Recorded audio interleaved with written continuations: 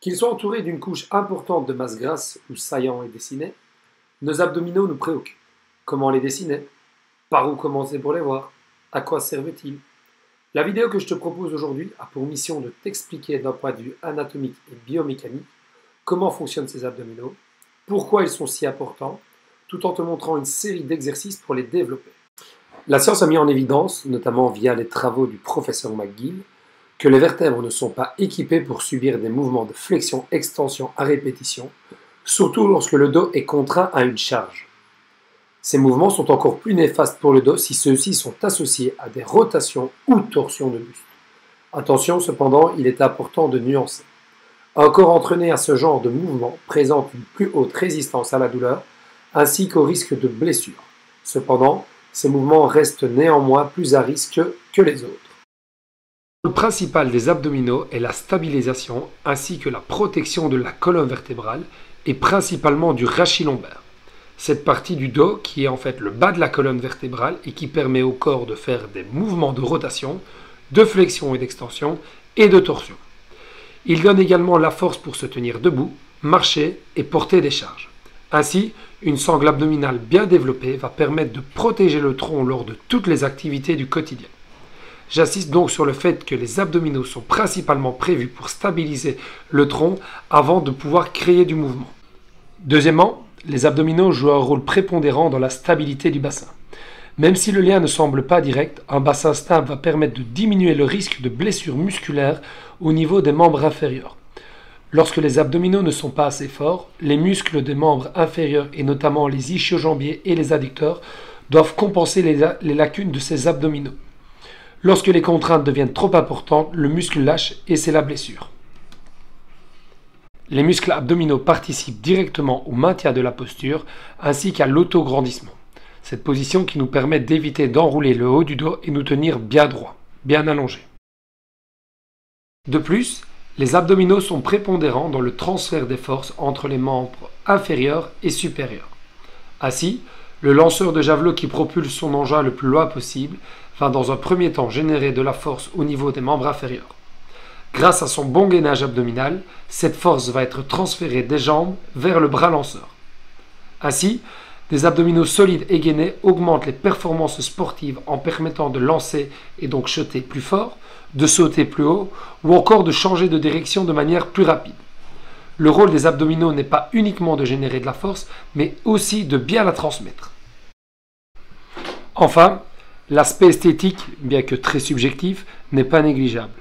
Une sangle abdominale bien développée combinée à un taux de masse grasse très bas va laisser apparaître une zone dessinée qui attire souvent les convoitises. Quand on parle de sangle abdominale, on parle en fait de 4 couches de muscles bien distincts. En profondeur, nous avons le transverse, qui est directement recouvert sur la face antérieure par le droit de l'abdomen, qui lui-même est recouvert par 2 couches d'abdominaux obliques, les obliques internes et externes. Chacune de ces couches possède ses spécificités et ses fonctions. Pour pouvoir renforcer et développer tes abdominaux, il est important de comprendre comment fonctionnent ceux-ci pour pouvoir les engager tout en respectant ton intégrité physique. La couche la plus profonde de la sangle abdominale est le transverse, muscle qui s'insère au niveau des vertèbres lombaires, suit la ligne des côtes et les crêtes iliaques. Il enveloppe tous les viscères. Ce dernier fonctionne tel une ceinture. Lorsqu'il se contracte, il permet de réduire le tour de taille tout en aplatissant le ventre. Ses fonctions principales permettent donc de maintenir le tonus abdominal tout en stabilisant la colonne vertébrale et principalement le rachis lombaire. Viennent ensuite les obliques, qui se composent de 2 couches, les obliques internes et externes. Ces 2 couches assurent les rotations ou torsions de buste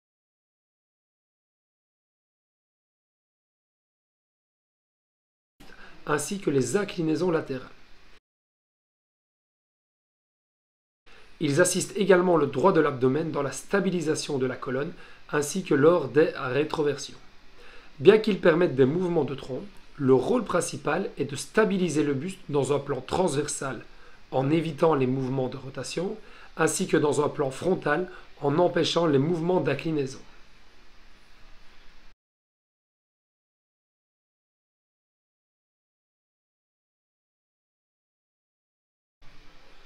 Enfin, le droit de l'abdomen, mieux connu sous le nom de tablette de chocolat, présente de longues fibres verticales qui s'insèrent au niveau du pubis et remontent jusqu'à la cage thoracique. En fonction de la partie fixe du corps, ce muscle superficiel permet les flexions de buste qui correspondent au rapproché de la ceinture scapulaire vers la ceinture pelvienne, mais aussi la rétroversion du bassin. Cette rétroversion correspond au rapproché de la ceinture pelvienne vers la ceinture scapulaire. Bien que ce muscle permette la flexion de la colonne vertébrale, son rôle principal est de stabiliser le tronc. Son action va donc être de stabiliser la colonne vertébrale dans un plan sagittal, ainsi que de lutter contre les mouvements d'extension de colonne vertébrale. Le carré des lombes n'appartient pas en tant que tel à la sangle abdominale, mais ses fonctions sont similaires à celles des muscles de cette sangle. En effet, le carré des lombes permet l'inclinaison du buste lorsqu'il est engagé de manière unilatérale et est stabilisateur de tronc lorsque ces deux côtés sont engagés.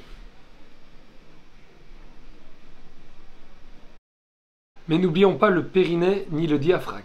Le premier, le périnée, est essentiel tant chez la femme que chez l'homme, car il maintient les voies génitales, urinaires et digestives. En effet, il assure l'ouverture et la fermeture de la vessie ainsi que de l'anus. Le diaphragme, quant à lui, joue un rôle majeur dans la ventilation pulmonaire.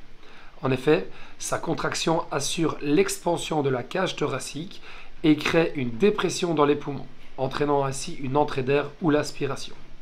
L'expiration est passive par décontraction du diaphragme. Alors précisons avant de commencer qu'il est impossible d'isoler un seul des 4 muscles de la sangle abdominale. Ceux-ci réalisent leurs différentes tâches en synergie.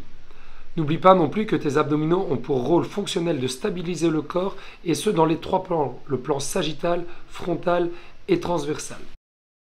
Commençons avec les exercices d'anti-extension, ce qui signifie que les muscles abdominaux vont être engagés pour stabiliser la colonne vertébrale dans un plan sagittal. Le premier exercice que je te présente est le dead bug. Cet exercice simple consiste à, en position couchée dorsale, étendre un ou plusieurs membres en simultané sans décoller la colonne vertébrale du sol. Lors de cet exercice, tu veilleras à placer ton bassin en flexion ou en rétroversion tout en effaçant ta lordose lombaire. La lordose lombaire, je te rappelle, c'est le creux qui se trouve juste au-dessus de ton bassin. Je te propose ici différentes variantes avec ou sans matériel pour complexifier l'histoire. Je t'invite donc à choisir la variante qui correspond à ton niveau et à tes capacités. Souvent massacrée, la planche est pourtant un exercice redoutable. En effet, l'objectif de cet exercice populaire est d'engager les abdominaux et les fessiers afin d'éviter l'extension de la colonne vertébrale. Une fois que tu maîtrises la planche de base, soit la planche statique sur les mains ou sur les coudes, je t'invite à te challenger en tentant une des variantes que je te propose dans la vidéo. N'oublie pas de bien adapter les exercices en fonction de tes capacités. Tu n'hésiteras pas non plus à adapter le temps d'exercice ainsi que le matériel utilisé et les charges que tu vas déplacer. Lorsque tu programmes ce genre d'exercice dans tes plans d'entraînement, sélectionne 2 à 3 variantes que tu exécuteras 3 à 4 fois. Adapte le temps de travail ainsi que les charges ou les résistances utilisées à ton niveau. Dans les mouvements d'anti-exécution, la roue abdominale fait figure d'exercice ultime. Nécessitant cependant un certain niveau de base, celle-ci n'est pas directement accessible à tout le monde, sans prendre le risque de mettre l'intégrité physique de l'athlète en péril. Je te propose donc une variante plus accessible, réalisable avec le TRX. Les exercices d'anti-rotation sont primordiaux dans les sports de duel, de lutte ou même de combat, qui comprennent des contacts directs avec l'adversaire. Ces exercices doivent être maîtrisés lors de la phase excentrique. Cela signifie que tu peux être dynamique lorsque tu réalises le mouvement, mais que tu dois absolument ralentir et contrôler le mouvement pour revenir dans la position initiale. Ces exercices regroupés sous l'appellation de Pallof Press ont pour but d'empêcher les mouvements de rotation en stabilisant le corps dans le plan transversal. Que ce soit à la poulie, à l'élastique ou avec des poids adaptés, veille à varier les positions, les intensités pour ajuster ces exercices à tes objectifs sportifs. Enfin, terminons cette vidéo avec les exercices d'anti-inclinaison, aussi appelés exercices d'anti-flexion latérale. Ces exercices ont pour but de stabiliser la colonne vertébrale, cette fois-ci dans le plan frontal. Pour engager les abdominaux dans ce plan frontal, l'exercice le plus courant est la planche latérale. Ce n'est évidemment pas le seul, mais c'est celui que je vais te présenter dans la vidéo. Alors, je te propose ici différentes variantes que tu pourras réaliser en fonction de tes capacités. N'hésite pas à adapter ces planches en fonction de ton niveau, du matériel que tu possèdes et surtout de tes objectifs sportifs.